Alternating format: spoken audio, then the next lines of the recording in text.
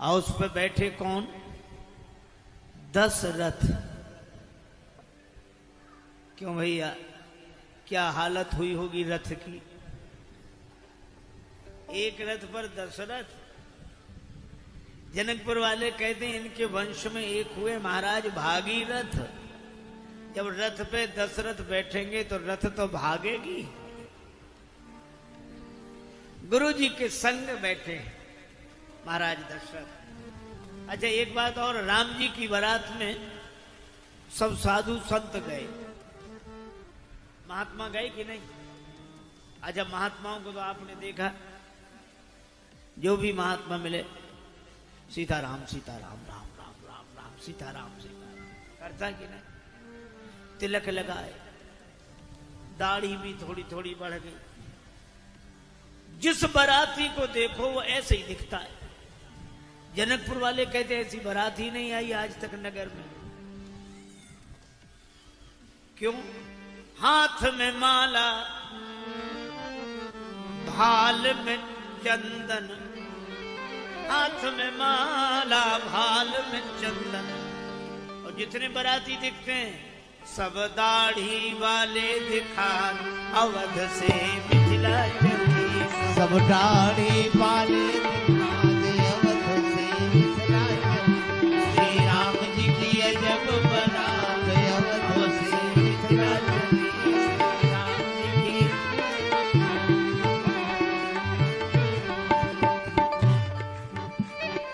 अच्छा एक और विडंबना इस बारात के साथ। बारात अयोध्या से चली, एक आगे नगर में रुक गई, देखने वालों की भीड़ लग गई। बारात कहां से आ रही है? अब बारातियों में कोई कम अकड़ तो होती नहीं। बाराती बोले बारात आ रही है, चक्रवर्ती सम्राट महाराज दशरथ के ज्येष्ठ राजकुमार राम जी का विवाह है, बारात आ रही अयोध्या से। अरे बड़ी खुशी की बात। जा कहां रही है? कहां जा रही है? का बारात जा रही है जनकपुर। महाराज विदेहराज जनक जी के यहां श्री राम जी की बारात की तैयारी हो रही है। और बारात में सब लोग जा ही रहे हैं। और इसी अवसर पर प्रयाग पीठाधीश्वर महाराज श्री जगतगुरु शंकराचार्य जी का आगमन हुआ। तो हम लोग इसलिए भी प्रसन्न हैं कि हम सब लोगों के साथ महाराज श्री भी राम जी की बारात में चल रहे हैं।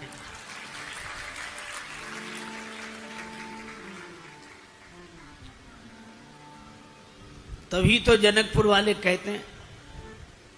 अब जनकपुर वालों की ओर से तो भगवान तक को गालियां मिलती हैं, तो हम लोग क्या? जनकपुर वासी कहते हैं कि अच्छी बारात है ये। हाथ में माला, भाल में चंदन,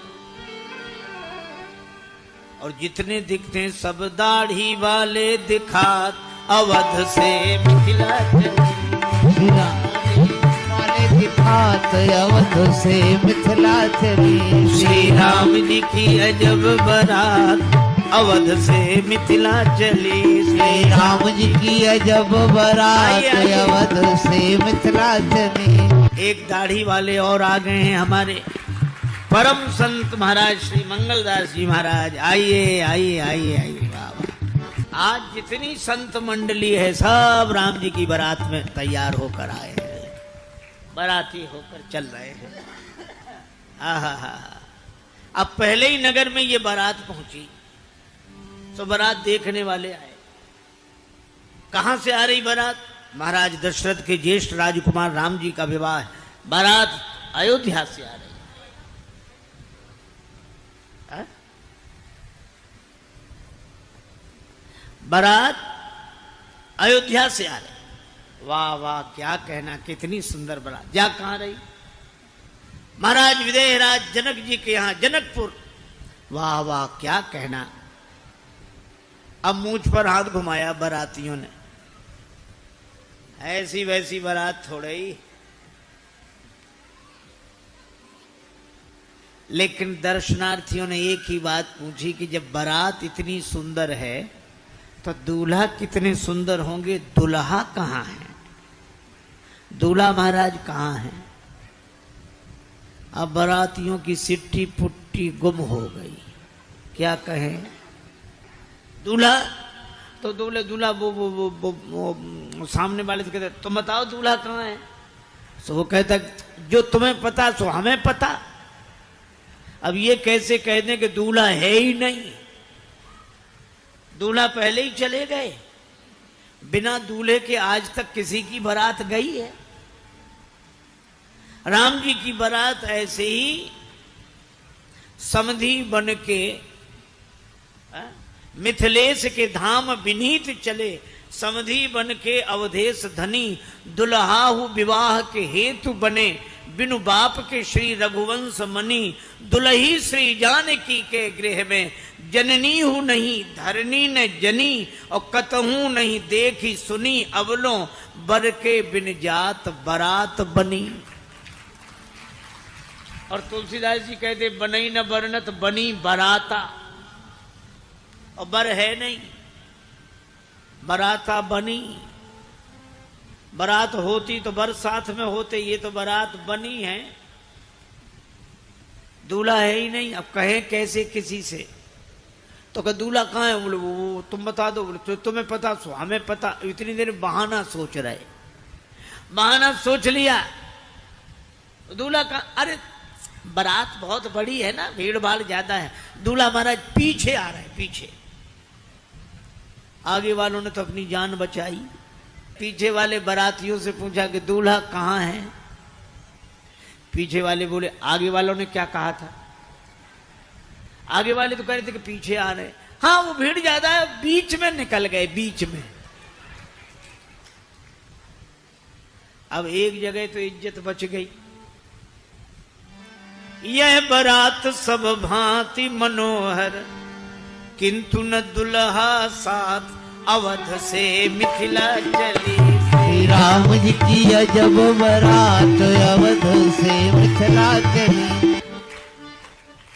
अब देखो भैया, जैसी बारात गांव के बाहर हुई, लोग महाराज दशरथ के पास गए कि हम बड़ी समस्या में हैं। लोग दूल्हा को पूछते हैं, हम क्या बताएं? दशरथ जी बोले गुरु जी से पूछो, वशिष्ठ जी महाराज। जब गुरुदेव वशिष्ठ जी से पूछा तो वशिष्ठ जी बोले किसी को बता दो, किसी और राजकुमार को बता दो। अरे गुरुजी किसी ने राम जी को देखा होगा। अच्छा तो ऐसे को बताओ जिसकी शकल राम जी से मिलती जुलती हो। तो फिर किसकी? भरत जी। हाँ ये ठीक। अब जैसे ही दूसरे गांव में बारात पहुंची, गांव वाले कहते वाह वाह बारात कहां से आ रही है? और बाराती कहते थे दूल्हा बताएं कहां है? वो कह रहे हम दूल्हा नहीं पूछ रहे, हम ये पूछ रहे हैं बारात कहां से आ रही है। का बारात आ रही अयोध्या से, अब बताएं दूल्हा कहां है? अरे बारात जा कहां रही है? जनकपुर। अब बता रहे, वो रहे दूल्हा, भरत जी की तरफ इशारा किया, वो रहे। हा क्या कहना, जितनी सुंदर बारात और उतने ही सुंदर दूल्हा। बाराती बड़े प्रसन्न हुए, कोई कमी थोड़ी है, ऐसे वैसे की बारात नहीं है। लेकिन दर्शक बोले एक बात पूछनी थी। क्या? बारात तो बड़ी अच्छी है, अच्छी जगह जा रही, दूल्हा भी बड़े सुंदर हैं, लेकिन ये तो बताओ ये विवाह किस तिथि को होना तय हुआ है? ये दूसरी विडंबना है। तिथि तय नहीं थी और बारात चल दी। प्रथम बारात लगन थे आई है? अद्भुत बारात है भैया ये। पूछा कौन सी तिथि को विवाह है? कहने लगे अभी तय नहीं हुई है, वहीं जाके करेंगे। तो सब ठहाका लगा के हंसे कि ऐसी तो बारात ही नहीं देखी। क्यों? इतने बाराती किंतु किसी को नहीं विवाह तिथि ज्ञात, अवध से मिथिला चली। राम जी की अजब बारात, अवध से मिथिला चली। राम जी की अजब बारात, अवध से मिथिला चली। अब आपस में लड़ने लगे।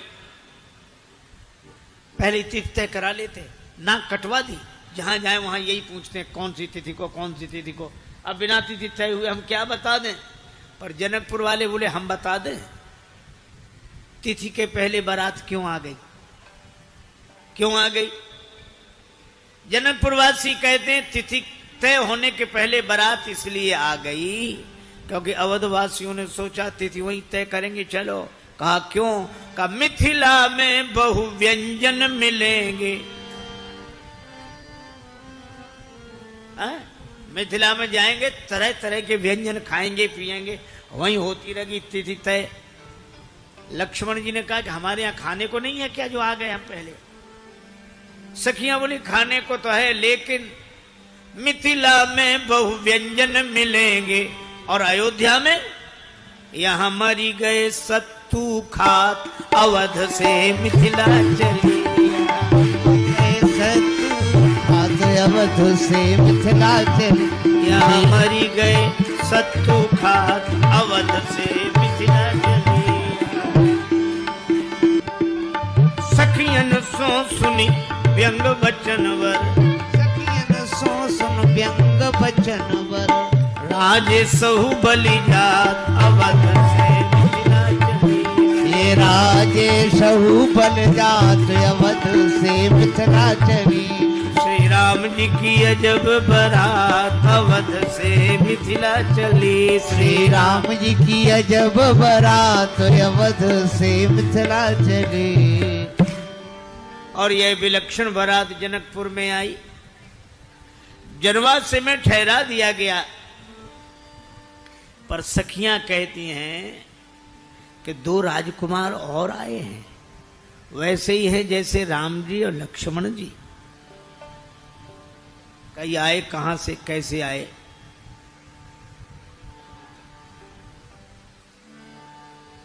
सखी बात ऐसी है कि विश्वामित्र जी के यज्ञ का तो था बहाना।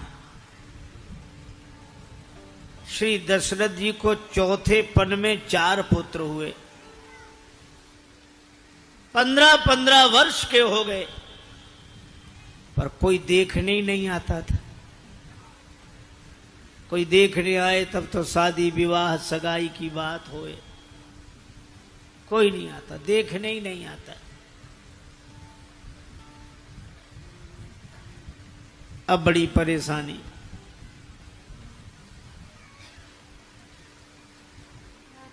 गुरु वशिष्ठ जी से कहा कि महाराज 15-15 वर्ष के हो गए, ये बालक कोई देखने ही नहीं आता, कोई देखने नहीं आता, तो इन्हें दिखवाओ, इधर देखो। कोई देखने नहीं आता तो इन्हें दिखवाओ, घुमवाओ। घुमाए कैसे भैया? का किसी घूमने वाले के साथ लगाओ। तो हम लोगों से ज्यादा घूमने वाला कौन होगा? सब संत सुखी विचरंत मही, एक जगह रहते नहीं हैं, आशिके बदनाम कहीं, दिन कहीं, रात कहीं, सुबह कहीं, शाम कहीं। वशिष्ठ जी ने कहा किसी महात्मा के साथ इन्हें लगाओ।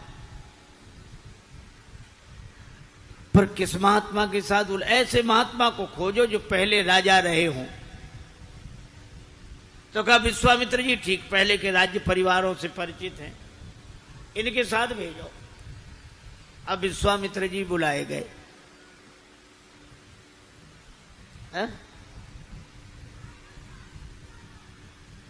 मामला रखा विश्वामित्र जी के सामने। विश्वामित्र जी सुनकर बोले कि बात तो गंभीर है, लेकिन फिर भी हम ले जाएंगे। दशरथ जी बोले आप तो चारों को ही ले जाओ, आपके साथ घूमेंगे, कोई ना कोई देखेगा ही, चारों को ही ले जाओ। विश्वामित्र जी बोले चारों को ले जाने में कठिनाई है, लोगों को शक होगा। खेप में ठीक, पहले 2 भेजो, बाद में फिर 2 को ले आना। तो दशरथ जी बोले आप राम जी भरत जी को ले जाओ। बोले नहीं नहीं नहीं नहीं, दोनों एक रंग के ठीक नहीं रहेंगे, एक सांवले के साथ एक गोरा लगाओ। तो एक गोरे के साथ एक सांवला तो खप जाएगा। बोले तब राम जी और लक्ष्मण जी को भेजा, और जब इधर से कार्यक्रम बन गया तो गुरु वशिष्ठ 2 को और ले आए, भरत जी सांवले, शत्रुघ्न जी गोरे, और पहले ले आए विश्वामित्र जी, राम जी सांवले, लक्ष्मण जी गोरे। बोले ये अयोध्या वासियों की चतुराई है। और ऐसी मधुर मधुर गाली देती हैं, धरि ध्यान सुनो धनुधारी, गारी मिथिला की धरि ध्यान सुनो धनुधारी, गारी मिथिला की। अरे राम धरि ध्यान सुनो धनुधारी, गारी मिथिला की धरि ध्यान सुनो धनुधारी, गारी मिथिला की। ये मधुर मधुर गाली सुना रही है। राम जी आ गए। अब विवाह की तिथि ब्रह्मा जी ने निश्चित की, वही जनक जी के ज्योतिषियों ने। अगहन सुदी तिथि शुक्ल पंचमी, आहा हा, वह दिन भी आ गया। ऐसन दुल्हा न देख ली नगर में, ऐसन दुल्हा न देख ली नगर में, ऐसन दुल्हा न देख ली नगर में, ऐसा दुल्हा न देख ली नगर में। ये चर्चा है घर घर में, ऐसन चर्चा है घर घर में, ऐसन दुल्हा न देख ली नगर में, देख ली नगर में।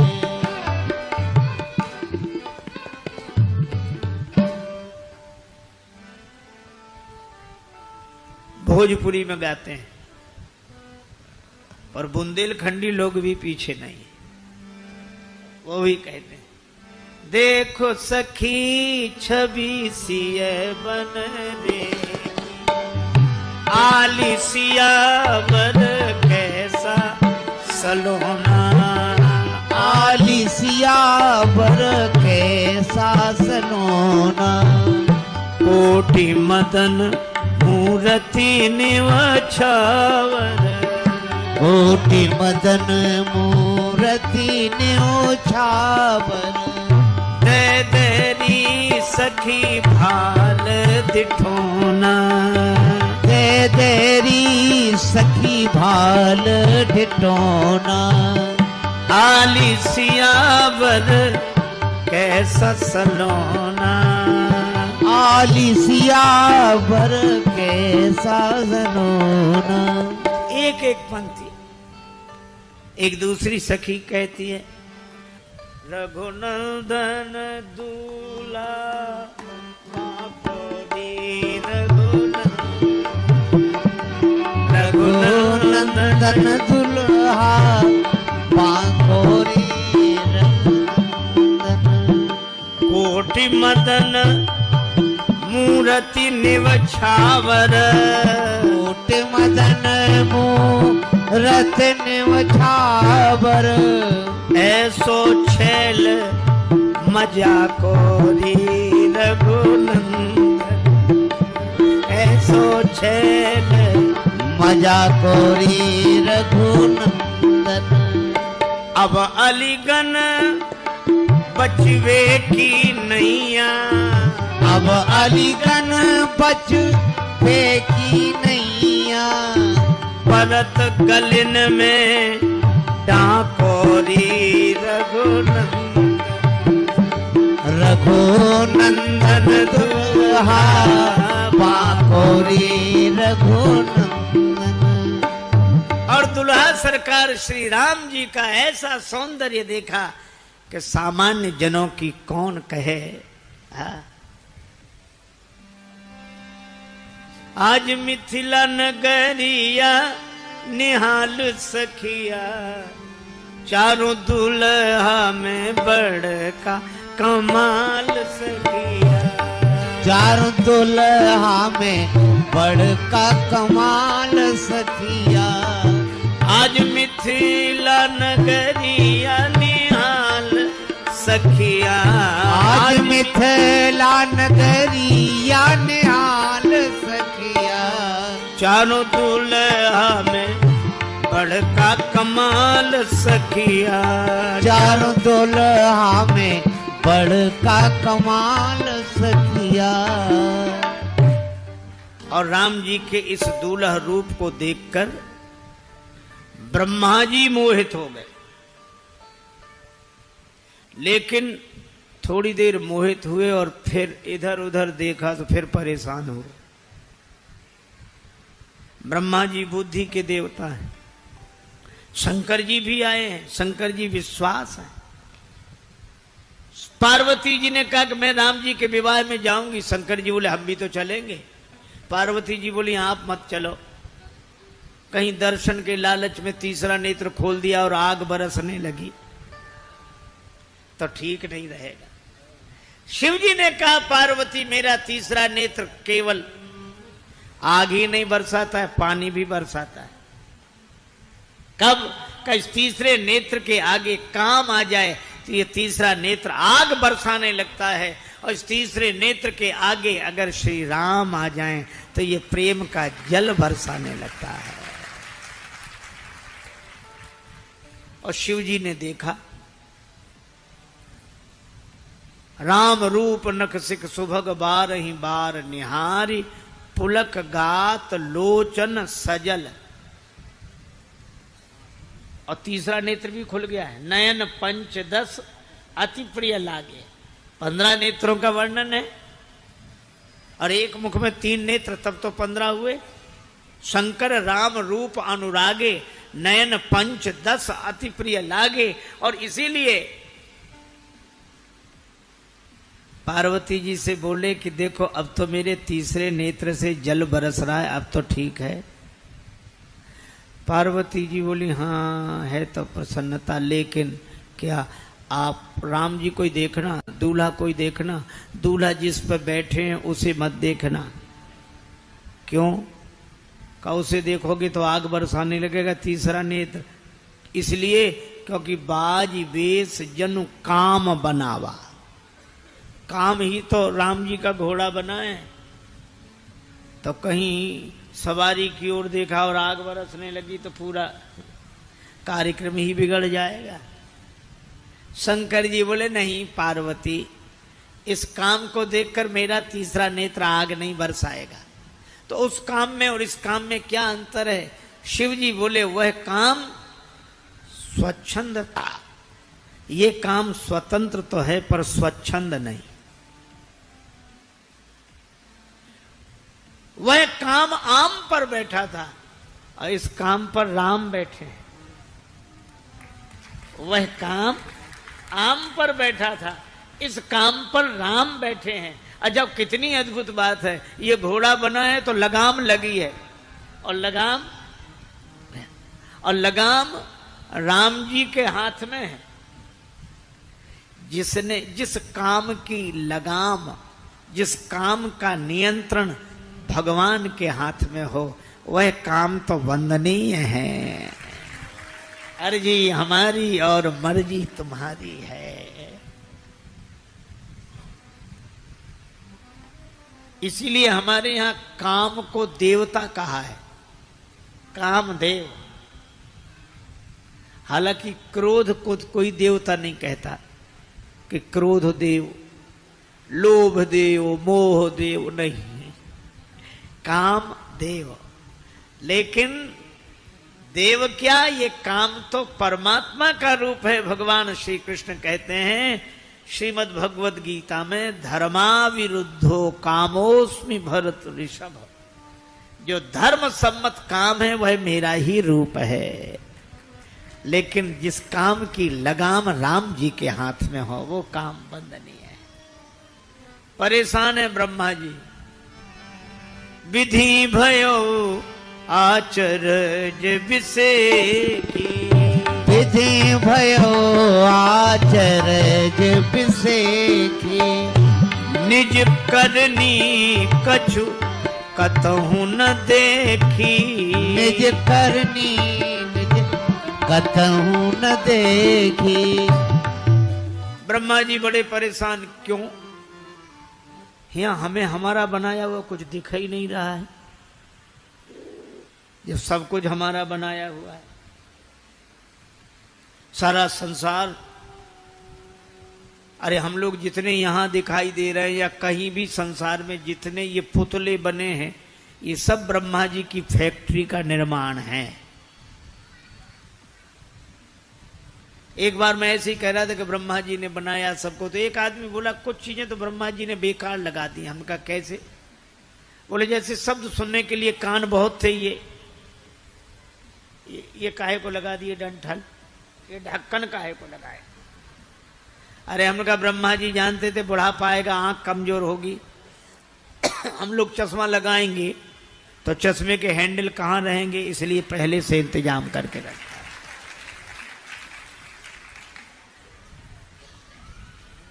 और आप देखो नई से नई कार खरीदो, खरीदने वाले कहते हैं इसका लेटेस्ट मॉडल 2 महीने बाद आएगा। पर वाह रे ब्रह्मा, जब से ये पुतला बनाया आज तक इसके लेटेस्ट मॉडल की जरूरत ही नहीं पड़ी, वही चला आ रहा। तो जिसने इतना निर्माण किया हो उसे तो ये लगेगा कि यहां हमें हमारा बनाया कुछ नहीं दिख रहा। शंकर जी बोले दिख भी नहीं सकता। क्यों? आपने क्या बनाया है वो तो आप देख रहे हो, लेकिन आपको जिसने बनाया है उसे नहीं देख रहे हो। ये राम जी का विवाह है और राम जी हैं जगत पिता। कोई बेटा बाप के विवाह में अपनी करनी देखना चाहे, मिलेगी करनी देखने को? जब जगत पिता हैं तो ब्रह्मा जी के भी पिता हैं। तो ब्रह्मा जी का तर्क था कि बेटा तो बाप का विवाह भी नहीं देख सकता। शंकर जी बोले देख सकता है। आजकल तो बहुत प्रत्यक्ष है, विवाह की बना लो वीडियो फिल्म, फिर जब चाहो तब लगाओ टीवी में। कोई प्रत्येक वर्ष विवाह की मधुर स्मृतियों में खोए और देखे, और मान लो 5 वर्ष बाद या 7 वर्ष बाद 2 वर्ष का बालक बैठा हो, वो भी फिल्म देख रहा हो, अचानक बालक रोने लगे। माँ पूछे क्या हुआ? बालक कहे मम्मी इसमें हम तो कहीं दिख ही नहीं रहे हैं। तब माँ कहेगी कि बेटा ये फिल्म तब बनी थी जब तुम बने ही नहीं थे, तो तब की फिल्म हम अब कैसे देख पा रहे हैं? बोले यह विज्ञान का चमत्कार है। शंकर जी ने कहा यह भगवान की अघटित घटना पटियसी माया की विलक्षण शक्ति का चमत्कार है कि बीती हुई घटना को हम आज देख पा रहे हैं। राम जी का विवाह देख। ब्रह्मा जी थोड़े ही प्रसन्न हुए। अच्छा, जो अकल से ज्यादा सोचते हुए परेशान ही रहते, वो बुद्धि को विश्राम नहीं करने देते, बुद्धि उनको विश्राम नहीं करने देती। तो ब्रह्मा जी थोड़े ही प्रसन्न हुए, फिर परेशान हुए। शंकर जी ने कहा अब क्या हुआ? बोले हमारे 8 ही आंखें हैं, हमसे डेवड़ी आंख है तो तुम्हारे पुत्र के कार्तिकेय जी के विदिते डेवड़ लोचन लाहु, हमारे 8 ही आंखें। शंकर जी आपके 15 नेत्र। शिव जी ने कहा तो अपनी आंखें दूसरों की आंखें देखने के लिए नहीं मिली, जितनी हैं उनसे भगवान को देखो। और हम अपनी आंखों से इधर ही उधर देखते रहते हैं, उसके पास इतना ज्यादा, हमारे पास इतना कम, उसका हमसे ज्यादा, उसका। अरे ऐसे ही देखोगे हमेशा परेशान रहोगे। इसलिए प्राप्त को पर्याप्त समझो, जो मिला है उसी से भगवान के साथ जुड़ो।